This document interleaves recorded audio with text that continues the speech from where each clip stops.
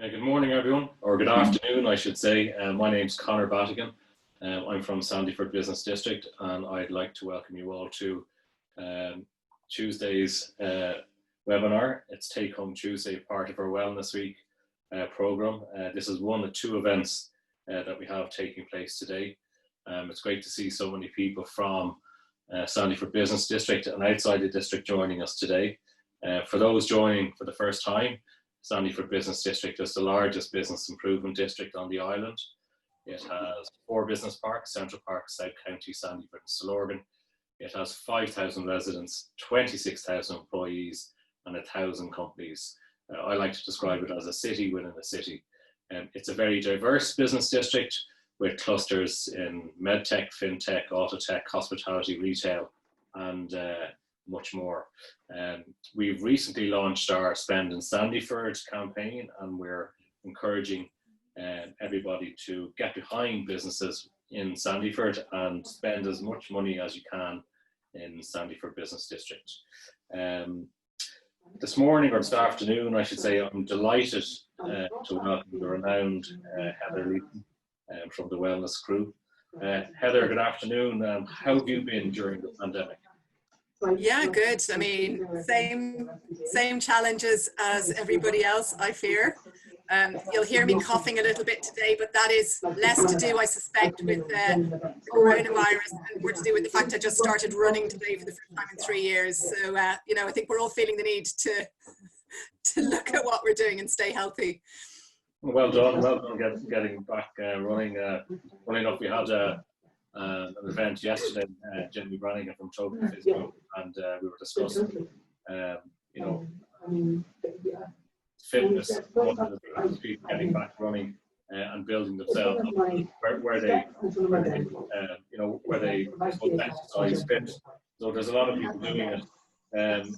For me, I suppose my diet has deteriorated somewhat during the pandemic. You know, I've put on a little weight, and I'm hoping to correct this. And so this afternoon, I'm looking forward to learning about food hacks that you're going to talk us through. Yeah, I am indeed. Thank you very much, Conor. Can I just ask, I don't know if it's possible for everybody to mute themselves, or maybe I don't know if I can mute participants or if somebody else can mute them. Yeah, just there's a bit of background information. Okay. Well, thank you for the intro. Yeah, I'm a nutritional therapist. I have spoken to groups in Sandyford before. Lots of really interesting questions always. In terms of my background, I spend part of my time speaking to business groups, or, well, in the olden days, pre-COVID, going in and taking people's body composition assessments, for example. Now everything is online, of course. I spend some of my time in clinic, so I have lots of clinic anecdotes because that's where we're getting really up close and personal with people. And then I spend a little bit of time on media work. I'm the nutritionist for the Virgin Media weekend show. So lots of different things, which is great from my perspective. I get to hear lots of interesting stories. And this topic, I love talking about this topic because we get asked all the time, you know, what is the secret to healthy eating? What are the biggest tips? How can it be made easier to eat healthily? Because I think a lot of us think, oh, it's such a chore. The healthy choices take the fun out of food, or they make it really hard work. But actually that doesn't have to be the case. Now, just like there's no one diet for everybody that's right for everybody, so the challenges and the biggest wins in terms of healthy eating and healthy eating hacks are going to be different for all of us. But there are a number of common themes that I want to talk about today. I'm going to start just by taking a minute to understand where the biggest challenges for this group are in relation to healthy food. So I am going to attempt to launch a poll here, and I would absolutely love everybody if you could take 1 minute just to maybe answer the first question on the screen, which is what your biggest, hopefully you can see that, what your biggest challenge is in terms of healthy eating. Now, Conor, can you see that poll yourself? Yeah. Great.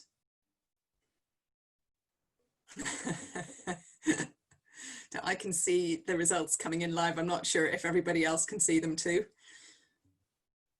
No, I think only you can see those results, Heather. So we still got a few people to vote.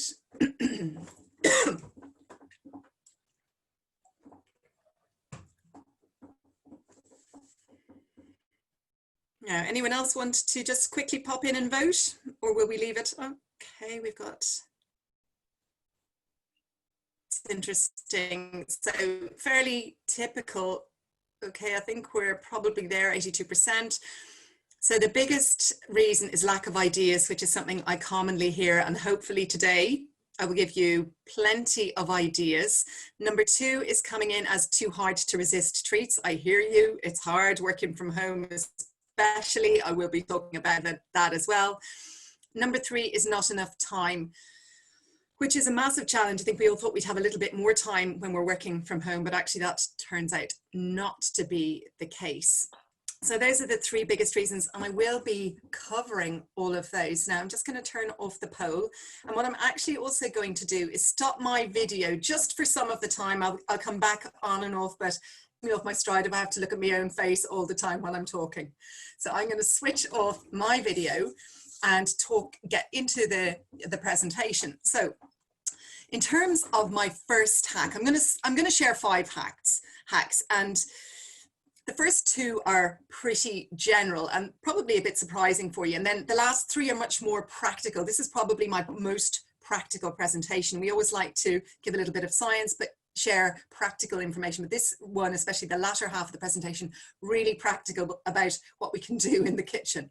But this idea of sleep, it's so important in terms of prioritizing sleep. Now we know from lots and lots of studies that there's a massive impact to our health in having too little sleep, especially to our immune health, which of course is very topical at the moment. And I think what a lot of us maybe don't appreciate is the profound impact that lack of sleep has on the amount and type of food that we choose, and on the hormones that control hunger and satiety. So if you think yourself about the last time you had a really bad night's sleep, now for the lucky ones amongst you, that might be rare enough that you're struggling to even think of a night. For others listening, that might be something that happens every week. But just put yourself, in that tired morning situation. You woke up, and think about the type of food that you were looking for after that bad night. Sorry to jump in there, Heather. Yeah. Your previous poll is still up. Okay, so I am going to thank you for telling me. Now, has that gone now? No, it's still there. So I cannot see it on my screen. Sorry. I wonder, is Sarah able to? Yeah, you can see. You can continue on and okay. maybe look at it in the background. Sorry, if you want to drag it over to the side, I'm not sure what I'm doing wrong here. Yeah, you can continue on, and we'll look into it. Okay, thank you very much. So just in terms of, the type of food that you might have been looking for throughout the day after a bad night's sleep, and I'm guessing that it probably didn't include much from any of my recommended lists. And of course, being tired, then more likely that you're going to dial Deliveroo than have the energy to cook yourself something nice and healthy in the evening. But what is going on from a physiological perspective is actually really interesting. We know that a lack of sleep reduces the activity in the areas of the brain that evaluate appetite. So we don't actually get the message that we have eaten enough. We're hungrier. It reduces the levels of a hormone called leptin, and that hormone tells our brains that we've eaten enough. Increases levels of a hormone called ghrelin, which is a hunger hormone, and it makes us harder to resist what are catchily known in the food industry as high palatability rewarding snacks. The high fat, high sugar, high salt treats that we all love, because that fatigue boosts the reward signals we receive when we eat them. So when you're underslept, you're not really in control of your own eating habits. You're sort of on an autopilot that is programmed in the overdrive mode. And many of us, might be underslept on a very, very regular basis and slipping into this autopilot enough for it to have fairly significant impact on our eating habits. Now, sleep requirements are different for everybody, but there are some general guidelines. And before I get into those, just want you all, anyone listening, to take a minute to work out what your average time asleep was over the last 3 nights. So if you write down the time you went to sleep, not bed, but sleep, the time you woke up, and if you were awake in the middle of the night, you need to subtract that. So if you do that for the last 3 nights and get yourself an average, and while you are working that out, I am going to relaunch the poll to get the second question up and running.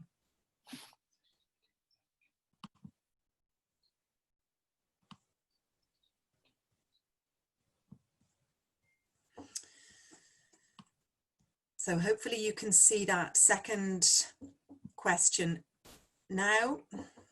How many hours sleep do you get on average? More than 8 hours, 7 to 8 hours, or less than 7 hours sleep? And if you are able to, it would be great if you could vote away.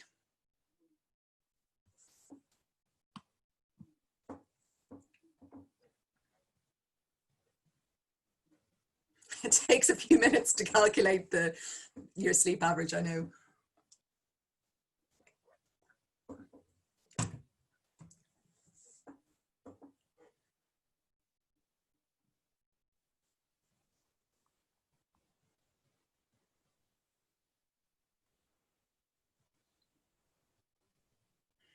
So just give it another minute for a few more people to vote.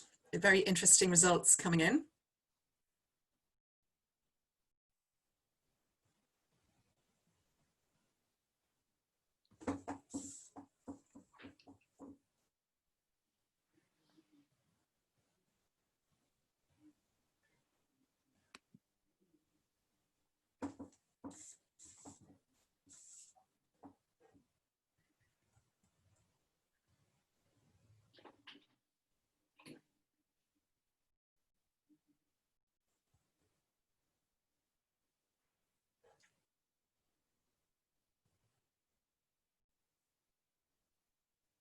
So if you want to, just the last couple of people, if you'd like to vote, that would be great. And then I'll go through the results.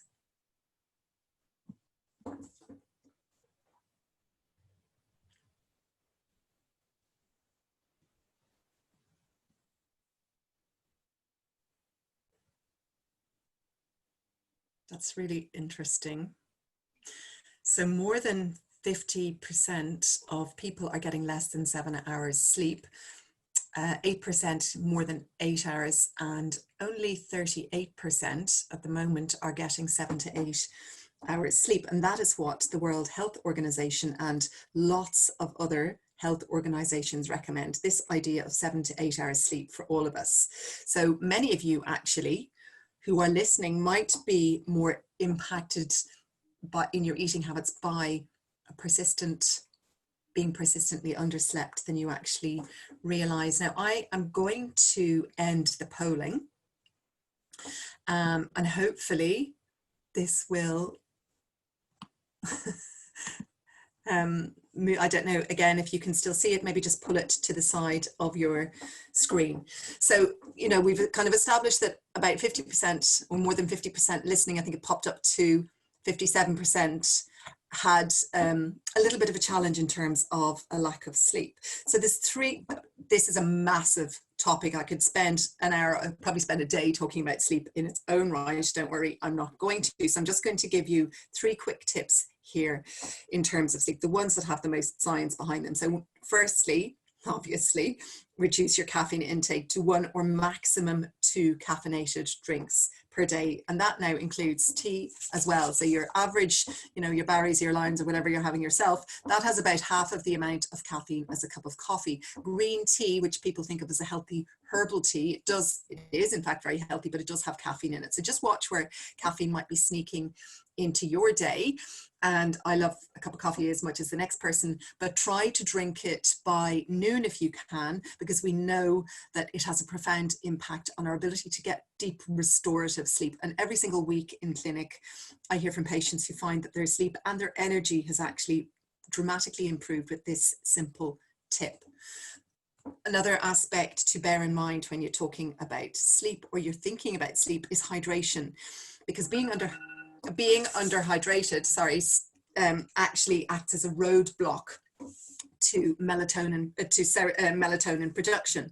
Now, melatonin is that hormone that supports the onset of sleep. And we know from back in the day when we were able to go in and measure people's body composition that at least 50% of any given group were underhydrated. So actually maintaining your hydration is in its own right going to help your sleep. Of course, there's another benefit as well. Many of us confuse the signs of hunger and thirst. So you might find yourself thinking that you're hungry when actually you might be thirsty, and having a glass of water might kind of override that desire. Now, our requirements like sleep are really individual in terms of hydration, but a good rule of thumb is 1.5 litres of water throughout the day. Tea and coffee don't count, I'm afraid. Herbal tea like peppermint tea, chamomile tea, those kinds of teas do. If you hate drinking water, you can add a little bit of fruit. You can add something like kombucha if you want to be really fancy. I steer clear of cordials because most of them have sugar substitutes, which I'm not a big fan of, but staying well hydrated is a complete priority, you know, and it's one of my top food hacks actually. Now, the last hack in terms of sleep is a really obvious one, and it's prioritizing an 8-hour sleep opportunity. So if you don't get to bed till 12 o'clock and you have to be up at 6:30 the next morning, you're never going to get near your 7 to 8 hours sleep a night. It seems really obvious, but I think one thing that certainly I've seen amongst my clinic patients from COVID is this idea that we're not getting into bed as early as we maybe used to because we're not getting up to leave the house. We're still waking up there, and what is happening is that people are shortening the amount of sleep that they're getting. So prioritizing getting into bed early, maybe 5 nights a week, is really going to help your eating habits. And if you're one of those listening who is getting less than 7 hours sleep, this might be something that makes a big difference to you in the long term. Now, the next topic, the next hack I want to talk about, very trendy, it's the topic of intermittent fasting. And like sleep, this has been linked to a whole myriad of health benefits, especially in terms of reduction of cardiovascular disease, diabetes, obesity, even Alzheimer's. And there's loads and loads of different ways to do this. And when I was talking to some of my team before I was writing this presentation, they were like, oh, intermittent fasting, well, it's hardly going to make healthy eating more enjoyable. I actually think it can do, but just bear in mind that some forms of intermittent fasting are not enjoyable and some are not even safe. You want to be a little bit wary about anything pretty extreme. I was talking to a corporate client last week who is eating in a 2-hour window every day. So he has a meal at 4 o'clock and then he has another meal at 6 o'clock in the afternoon, and that is all he eats. So from my perspective, that is not ideal on many levels. And what is the most simple way to start, certainly with intermittent fasting, I think something that probably most of us should be doing anyway, is fasting for 12 hours overnight. So what does that mean? That means that you have your dinner by 6 or maybe latest 7, 8 p.m. and then you eat nothing until 7 or 8 a.m. the next morning. Now, there's loads of physiological benefits for your body in giving the whole system a break from processing food, because this break, it stimulates your body's natural repair mechanisms. And that's really useful for people who have, for example, IBS, and that can make a big difference. But the other really simple thing that intermittent fasting in this way does is that it cuts out grazing in the evening, because I think that's, for a lot of us, the kind of the danger zone where we might stray towards less healthy choices. And just to clarify for the record, I am not against having treats, but I suppose for many of us, it's distinguishing between a treat and a habit, and it's what we do most of the time that makes the biggest difference. I often think of a patient I saw last year called Simon, a 36-year-old. He came in, he just found out that like almost 500,000 Irish people, he was pre-diabetic, and he came in because he wanted to avoid going on medication that he'd have to take for the rest of his life, and he wanted to lose a couple of stone. Now, his diet was okay, we definitely needed to make a few tweaks, but the thing that was standing out for me with Simon was that his habit every single night was to sit down at 9 o'clock, switch on the news and have a Twix. So I used to work for Mars, who make Twix. So thanks very much to Simon for paying my pension, but it wasn't really helping him. it was really important, this ritual of relaxation for him. But when I spoke to him about it, he only had his dinner by 8. At 8 in the evening, he actually wasn't hungry at all. It was just a habit. And that little habit was adding 250 calories and 6 teaspoons to his diet every day. So the vast majority of his added sugar. And, you know, that might not sound like much to those of you listening, but over the course of a year, that is a whopping 91,000 calories and 8 kilos of sugar. Now, Simon had tried to cut down to 1 finger, or he tried to replace it with a healthier biscuit. But at the end of the day, he always ended up back with his 2 fingers of Twix. When we implemented intermittent fasting for him, it made it so much easier, because he didn't have a choice. You know, it wasn't, do I have a healthy treat or do I have my Twix? He knew he could eat nothing.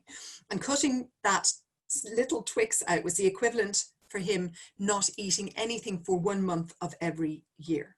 Now, he still does have the very occasional Twix. He really enjoys it. But 95% of the time, he sticks to his 12-hour fast, and he thinks that this has really helped him to achieve his health goals. Now, a little bit of a caveat on intermittent fasting: if you're diabetic, or if you're taking medication that needs to be taken with food in the evening, or if you have an underlying health condition that might be affected by fasting, then do discuss this with your GP first. But actually, for most of us, it's perfectly safe to try this overnight fast for 12 hours, and a game changer for some, even if you only do it, like Simon, you know, 5 or 6 nights a week.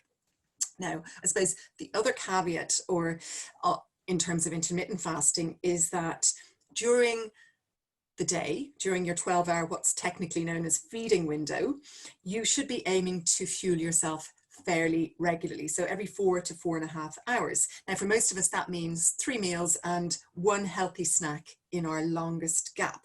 We know that going for too long without eating sets off this physical response that can trigger cravings. And the cravings that you're going to have, it's not going to be for oatcakes and hummus or any healthy snacks that I might mention. It's going to be for quick release sugary snacks.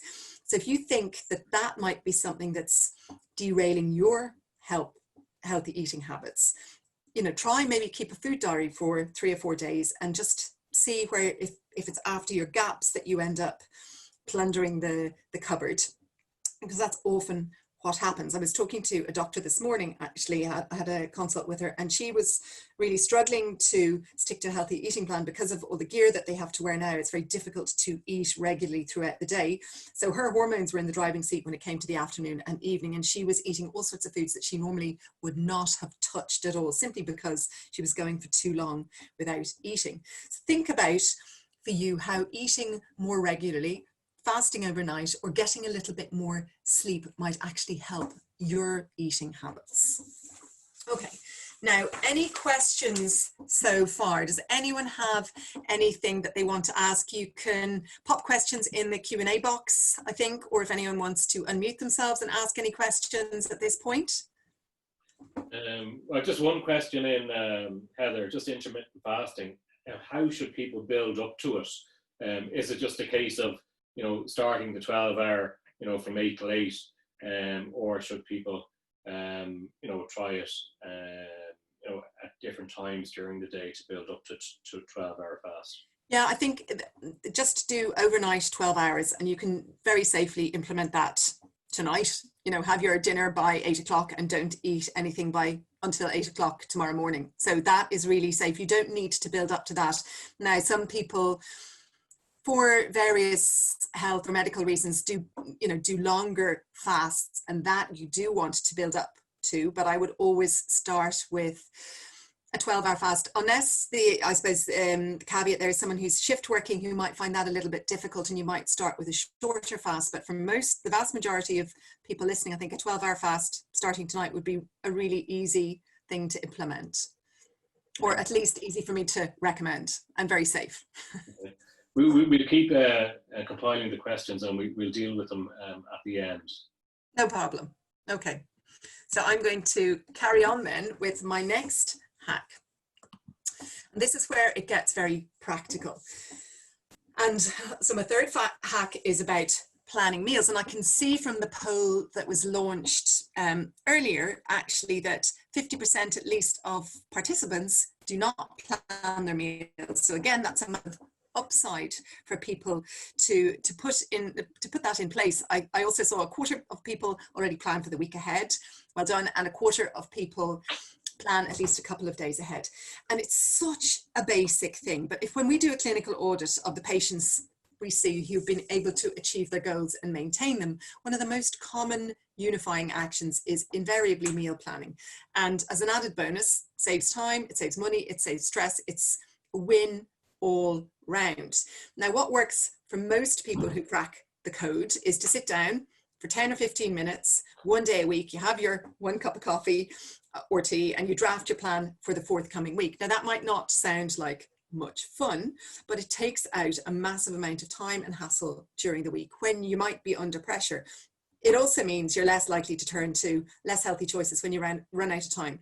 Busy Tuesday evening, you start in the morning, you have a look at the plan, you might need to take something out of the freezer, you might need to pop to the shops and get something and buy a fresh ingredient, but you're pretty much there, certainly in terms of your head. It's one less thing to worry about during the day. Now, there are a few tips that make it easier to meal plan or a little bit more effective. One of them is to start with dinners. So that's the way I plan my meals as well. And some patients have a list of 15 or 20 dinners, that some will keep it on a spreadsheet or a piece of paper, and they rotate through those dinners on a monthly basis and making sure that they're getting enough variety, because of course that is really important. And dinners typically will involve the most work. So if you get your dinner right, then you can sort of say, well, I'm having salmon tonight, so I'm going to make sure I have enough to make a healthy lunch tomorrow or put into my lunchbox or have as a snack. So starting with dinners makes life a little bit easier. And on the handout that's going to be available to everyone afterwards, there's going to be some of the recipes that I'll talk about, but also a list of some dinner ideas. And interesting that, the number one reason for lack of healthy eating or struggle with healthy eating was lack of ideas. Hopefully that will help. Now, the second thing is to make a shopping list, and it might seem I'm straying further and further away from the enjoyment aspect of eating, but we spend 20 to 30% more when we shop without a list. We also tend to buy the special offers like the buy one, get one free that is typically not on foods from my recommended list. Now, unlike Santa, who is coming to us, I was told today in 97 sleeps, I think, you don't need to check your list twice, but what you do need to check is what you have on in stock. Because I think lots of us, I can't be the only one who's doing this, you go to the supermarket, you do your shopping, you come home and you find you all have just restocked stuff that's already in your fridge sitting there. And it's in terms of sustainability, which is a huge topic at the moment as well. We know that 1 in 5 shopping bags are actually wasted, and that is such a huge amount of money going into the bin. At least for most of us, €600 a year is what we waste in terms of food, and that could be spent on something much more enjoyable, like a nice bottle of red wine or something that's going to be much more pleasurable than wasting our food.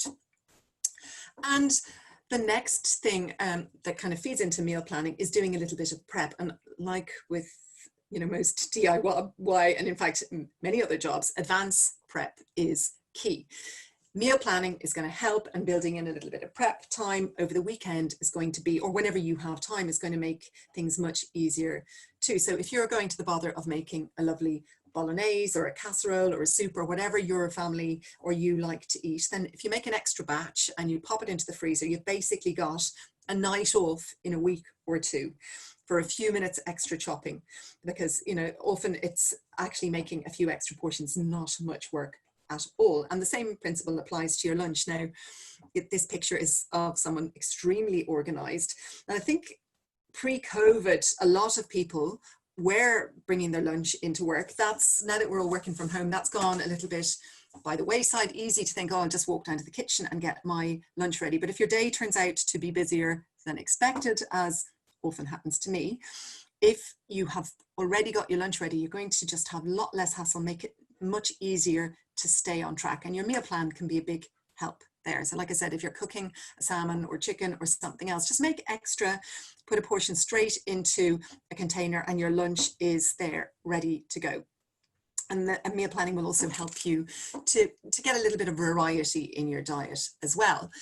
But it is useful, especially if you are new to meal planning, to keep things really simple. So we know when people try to change, often it's really tempting to go hell for leather and change everything. And if you're trying to switch to healthier eating habits, you might think, oh, I'm going to make a meal plan and every single meal is going to be a new meal and they're all going to be really healthy. But actually that is you're going to be probably setting yourself up for failure if you do that, because you'll run out of steam after a week or two and revert to your old ways if you're like most people that I work with. So if you are new to meal planning, just keep it really simple. Choose meals that you regularly make, you know, your family will eat. And I'm going to be talking about some ways to make, for example, your bolognese a little bit healthier, but then maybe try one new recipe every fortnight. So that's 26 new recipes over a year. Even if you only like half of those, that's 13 new recipes in your repertoire every year. Now, interesting in terms of the poll that I asked at the beginning, how the challenge for a lot of us is avoiding temptation, I think, is one way of putting it. And getting a little bit organized. I don't mean that you have to put your snacks on your meal plan, but getting a little bit organized in terms of snacking, or at least stocking up on healthy options and avoiding bringing too many less healthy choices into the house is useful, because we're all, you know, most of us working from home. Those treats are only a few steps away. And even if you weren't thinking about them, if you see them when you walk into the kitchen to make yourself a cup of herbal tea, then that's what you're going to want to eat. So don't put them on your shopping list, or just buy enough that you can have the occasional treat. And for the record, you know, I'm not against treats. I think I've said that already, but it's about the difference between treats and habits.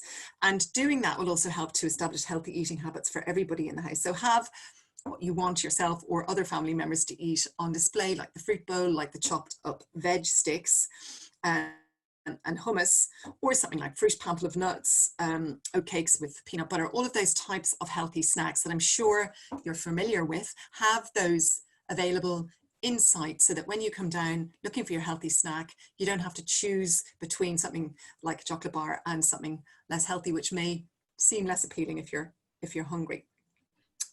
And so in terms of meal planning, just like you plan your workload, if you plan your meals, you are going to make life easier for yourself and make it much easier to adapt healthy eating habits. And if you're not doing this at the moment, it might be something that you would like to try, even for a week or for a few days, and see how much time and hassle it saves you.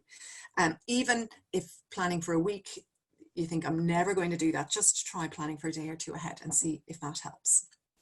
Okay, so moving on to my fourth hack, and I am trying to keep things moving because I want to finish up in about 15 minutes. It's about having the right equipment. Now, it doesn't have to be fancy stuff at all, but let's face it, the food we prepare at home is going to be healthier in general than the food we eat when we're out. Then takeaways and ready meals, let's face it, we're all going to be eating a lot more from home over the next few weeks and months. Cooking yourself from scratch is more time consuming, but there are a few pieces of equipment that can save loads of time and loads of effort. Now, if we were in a face-to-face situation, I'd be asking you all, do you know what they are? But I'm just going to grab them now. So the first one that you can see there, slow cooker, and I'd be really interested to know whether any of you have a slow cooker. I know it makes me sound like a real owl one when I mention slow cooker, but there is nothing like spending 5 minutes in the morning bunging in some meat, some veg, or some beans, can of tomatoes, plugging it in, adding a few spices, and then you come back to it 8 hours later and your dinner is ready with absolutely zero effort. So I do think that slow cookers are a brilliant investment. They have them in places like Aldi all the time. They're about 25 quid, and I think they're a really useful piece of kitchen kit. This one is so obvious, but it's one that I learned from my days when I worked in Donnybrook Fair Cookery School. Actually, having 1 or 2 good knives and a knife sharpener is a complete game changer. It's safer as well, but if you have the wherewithal, invest in a good kitchen knife. A good one will probably set you back about 25 quid. Get a knife sharpener, use it. Don't just leave it in your drawer. If you sharpen your knife, your good knife, once a month, that's probably enough for us home cooks. And another chef tip, never put your sharp knives in the dishwasher because it will blunt them. But that is a bit of a game changer, especially if, you know, like most people, I'm asking to eat more veggies. Chopping veg is a bit of a chore. If you've got a decent knife, it will make life much easier. The next one is a microplane. Now again, this is not necessarily an expensive piece of kit. The one that I have is a proper microplane. I've had it for 18 years. It's still as sharp as it was. So I think you can get much cheaper versions. Sometimes I think you're better getting the proper one, but it saves so much time. I'll use that to grate garlic or ginger or lemongrass into a recipe. And I tend to freeze, for example, my ginger, I'll scrape the skin off and I'll stick it in the freezer so I'm not wasting it, and then just grate it straight from frozen. The same with chilies, the same with lemongrass.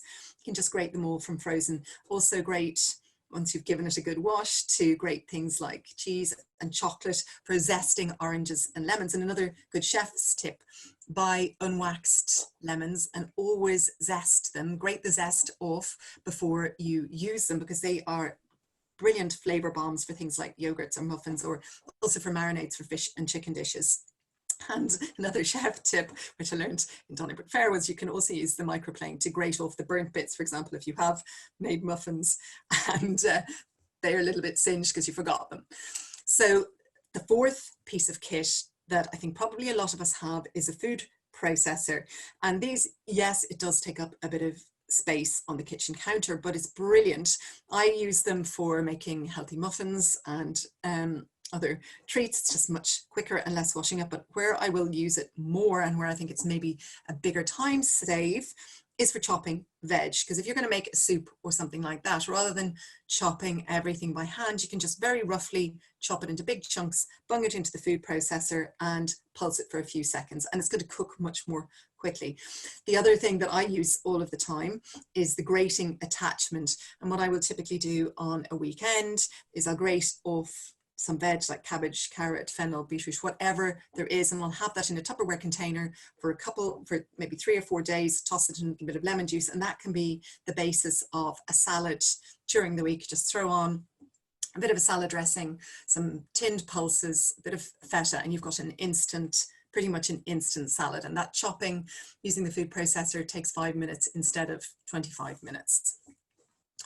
And then the last one is my trusty hand blender, and these are cheapest chips. You can get one for 12 to 15 quid, and it's brilliant just for whipping up, say, a hummus, or if you made your soup, then you can blend your soup, make mayonnaise, whatever you want, but really handy one to have. So I think you could probably kit yourself out in your kitchen for around 100 quid, or maybe a little bit more depending on the food processor that you buy, but not expensive.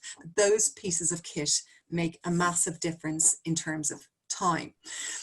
So we've talked about the kit. Now let's talk about having the right ingredients. This is my final hack, having the right foods to hand. And if we do that, then hopefully we'll look as happy as this pair look in their kitchen. Now, in terms of my recommendations, I've talked about this in most of my presentations. What I'm generally trying to do is to get people to eat more veg. So your plate, especially at lunch and dinner, should be divided into 4 zones. Zone 1 is your protein, that should be a quarter of your plate. Zone 2 is your carbs, so that's your potato or your rice or your quinoa or whatever it is, bread that you're having, that's another quarter. And then half of your plate at lunch and dinner should be made up of veg, and trying to structure your meals around that proportion of protein, of carbs and veg without making it too complicated. Now, there is one type of food that can be a little bit controversial, meat, and we know from statistics in Ireland we are eating a little bit too much red meat, and particularly processed meat, which is anything from ham to much bacon to sausages, and any of the processed sliced meat that we buy. And we know that they have detrimental health implications, even though they're really easy to use. So it is important from a health and a sustainability perspective, but I certainly am not recommending here that we all become vegans. And actually, when we measure nutrient levels in people who have been following a vegan diet, actually some of our vegan patients really struggle to hit the minimum levels across lots of different nutrients. So it doesn't suit everybody, but I think we could all, in terms of health, be aiming to eat at least one, if not more, plant-based dinners per week. And if we are using meat, we should be thinking, like our grandparents before us, of quality rather than quantity, and just using meat as a bit of a flavor accent rather than the main event. Buy as good quality as you can afford. Your local butcher will often have better quality, certainly better knowledge. They'll be able to advise you on some of the cheaper cuts, that if you cook more slowly, for example, in your slow cooker, that you'll get really great flavor from them. And also, if you are going to make a meat-based dish like a bolognese or a curry, you can make it healthier by bulking it out with loads of extra veg or adding pulses here. And you're also increasing the fiber there, and adding to your aim of 5 portions of veg a day. So you're getting loads of benefit from just stretching your meat a little bit further. You can add, like I said, red lentils to bolognese. So red lentils, they cook in about 15 minutes. Nobody will even know they're there. If you're making a curry, throw in a can of chickpeas. And if you rinse the chickpeas first, then you get rid of some of the windy effect. Or, you know, a can of butter beans or any type of beans you can add to a soup or a stew or a casserole that you're cooking at home in your own slow cooker. So I've talked a little bit about veg and mentioned that we should all be aiming for 5 portions a day. That's a real win for a lot of us as an aim. And again, when I do this talk, or did this talk face to face, I think most people were getting about 2 to 3 portions a day, and it's a little bit of a gap. And yes, it is a pain in the neck chopping veg. So if it is easier for you, just use pre-chopped veg. Yes, they might have slightly lower levels of water-soluble vitamins, but it's certainly better than not eating veg at all. Exactly the same with salad bags. If you realistically are not going to be washing your salad and it's easier to buy a bag, just do that. And buy frozen veg as well. They are brilliant. In many cases, are just as nutritious as something that's been in cold storage in a supermarket for weeks. They can usually be used straight from frozen, so it's going to really speed up your prep time and reduce your cost. Something like frozen peas, I will always have in the freezer. They're great. You can add them into stir fries or pasta dishes. Frozen stir fry mix is brilliant. Saves an awful lot of chopping. You can add, you know, some leftover roast chicken or some frozen prawns, cook some whole grain noodles, and you have dinner on the table in 10 minutes. Frozen spinach is another one that's great to add, even into smoothies, but also into pasta sauces, curries, and it's much, much cheaper than fresh veg. Now, another veg related hack, which a lot of patients find really useful, is this idea, back to combine with meal prepping and batch cooking, that at the end of the week, when you've got half an hour spare, that you chop up whatever is looking a little bit tired in your veg crisper, and you toss it in a little bit of olive oil and you cook it in the oven at 200 degrees for 20 to 30 minutes, depending on the size of the chunks. And you can add in some garlic, you can add in whatever spices you like, or just keep it really simple. And those roast veg, you can keep in the fridge for 3-4 days and use them in various dishes during the week. And I have on the handout lots of ideas there for a salad or a stuffed pitta, a soup, a curry, a pasta sauce. Kind of the world is your oyster, and you've done the work. It's just sitting there ready for you. And if you see it there and you've done the work already, it's going to be much more likely that you will actually eat it. There are a few supermarket shortcuts that you can also take. There's a few things that I will regularly buy, and they're going to add a little bit of interest. So if you're making dishes at home, you can buy these and just add some flavor as well as nutrition. Pesto is a great one. I've tried lots of different pestos. I love the Happy Pear one. I always try to buy Irish where I can. Another one, hummus. Yes, of course, you can make it yourself in 5 minutes. If you haven't time or you couldn't be bothered, then buying a good quality one. I like the Tesco organic one. This Harvest Moon one is a lovely Irish one made, I think, in Westport. These pouches of pulses are brilliant as well. So pulses, of course, you can soak them and cook them yourself. They might taste a little bit nicer, but you can also buy tins of, now I don't mean your Heinz baked beans because they have lots of sugar in them, but tins of kidney beans or mixed beans, or these food pouches are brilliant to make an instant meal. Same with soup. So if you haven't had time to use your slow cooker and make some soup yourself, just buy some. There's really nice fresh varieties. I'm not talking of cream of anything, you know, the ones with loads of veg in them. And the cooked grains as well. Now, things like quinoa or cooked rice, because something like whole grain rice, I know it does take a lot of time to cook. And if you're going to cook whole grain rice, a big tip is cook a massive batch of it and stick it in the freezer in little portion sizes, and then you can just defrost it by dumping it in warm water. So there's some tips. And my last couple of slides, there are a few things that you can make at home. I know I've said keep it simple, and I do agree with that, but there's a few really simple recipes that you can make in 5 minutes that will help you to get a meal on the table in 5 or 10 minutes. Quick salsa that you can add to loads of different meals. A salad dressing. So if you've got your salad dressing already made up, you've got a bag of salad or your roast veg in the fridge, you're only a couple of minutes away from a salad by adding in a bit of feta or adding in some tinned beans or whatever. Quick stir fry sauce, equally a really handy recipe to have. A lot of the sauces that you buy, I think they always feature in my ingredients reading food labels talk, because they're so shockingly full of sugar. Your typical Uncle Ben's jar of sauce, or sweet and sour sauce, I shouldn't be mentioning Uncle Ben's, will have 24 plus spoons of sugar in it. So having your own in the fridge, really handy. A herb dressing, if you've got leftover herbs, we end up binning those a lot of the time. You can just blitz them up with your hand blender with some oil, a bit of garlic, and then you've got something to drizzle over fish or pasta or a salad. And pickled onions are great. I don't know if anyone's ever made those before. I make them all the time because they really liven up a curry or even a salad or a sandwich. So the recipes for those are on the handout. They're all made in your kitchen with simple ingredients in about 5 minutes and can make a real difference. So I hope that has been a helpful whistle-stop tour of kitchen hacks.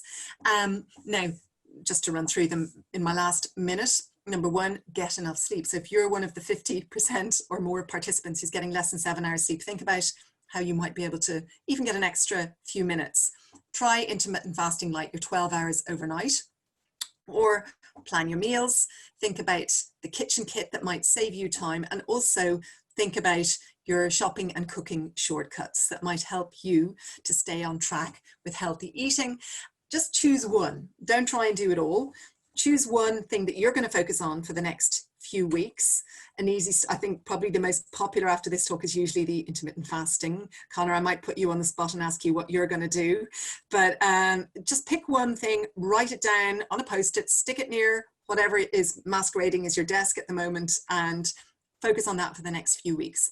And I hope that has been helpful. I think we're only going to have a little bit of time for Q&A. If anyone has other questions, please feel free. You can send them in and I will come back to you, especially if they're more of a personal nature that you don't want to share with your colleagues. So thank you very much. Yeah, thank you, Heather, Leeson, the wellness crew. That was very interesting, some great advice. I was laughing as you spoke about Simon and the Twix bars, because the guys in the office here bought me a box of Twix bars, and there's not many left. So, one of the things I'm going to do is eat less Twix bars, but I've tried intermittent fasting before, and yeah, I have seen the benefits from it. It's interesting you speak about sleep. I am obsessed with sleep. My family are obsessed with sleep. That's because we don't get a lot of it because of kids. But I do know, like today, for example, I didn't get a lot of sleep last night. So what did I do? The first thing before this webinar was grab a cake and a coffee, just to give me that bit of false energy. Yeah, it does have a negative impact on my diet, the lack of sleep. Unfortunately, time is against us. I will deal with one question if that's okay, and it's how do we accurately calorie count? So for making our own meals, trying to be healthier, how do we accurately calorie count? Is there a certain way of doing it? Well, I'm going to maybe be a little bit controversial with my action here. I actually think that calorie counting is not terribly helpful, and I have been practicing for a very long time. General calorie counting is useful because it just shows, you know, where hidden calories might sneak in, but actually all calories are not created equal. So if you're eating, take as a snack, you're eating your Twix, your 250 calorie Twix, you're going to have the same amount of calories from eating an apple and a palmful of nuts. But obviously the apple and palmful of nuts is going to bring so much more to the table. So what I generally recommend is that rather than counting calories for a meal, just look at your plate. And that idea of the plate that I spoke about, where a quarter is your fish or your meat or your eggs, a quarter is your slice of bread or your potatoes, and half of it is veg. And if you play around with those proportions, because typically, you know, when people send me pictures of their plate, I'm like, well, okay, you need to have more veg, less carbohydrates. It's not necessarily going to affect massively the amount of calories, although if you reduce, for example, your meat, it will. But that's how I would play it, rather than worrying about calories. Sometimes, you know, the calorie focus is a little bit misleading. Okay, that's very good advice. Hello, Leeson from the Wellness Crew. Thank you so much for your time. You know, I've gained a lot from this. It's been very worthwhile. As part of our Wellness Week, we have a number of events taking place throughout the week. The learning rooms are offering 24-hour free access to a number of courses: time management, resilience, managing stress in the workplace, Lift, leading Ireland's future together. They're offering complimentary access to resilience team online sessions for this week.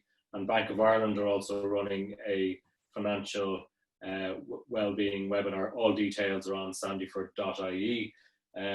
Next up, we have our Developing a Transformation Mindset webinar from Paula Lonergan in the learning rooms.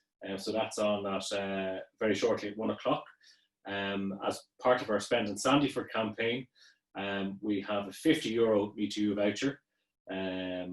Me2You are based in Sandyford Business District, and a name has been randomly drawn out of a hat, and the winner is Julie Taylor. So congratulations, Julie Taylor. We'll be in touch. But I'd like to say again, thank you to Heather Leeson. The webinar that you've just watched and listened to will be available on our website, sandyford.ie. Later on this afternoon, so please feel free to review it, to pick up any hints or tips or things you may have missed. So again, Heather Leeson, thank you, and thank you to everybody who joined us today, and stay safe. Thank you. Bye.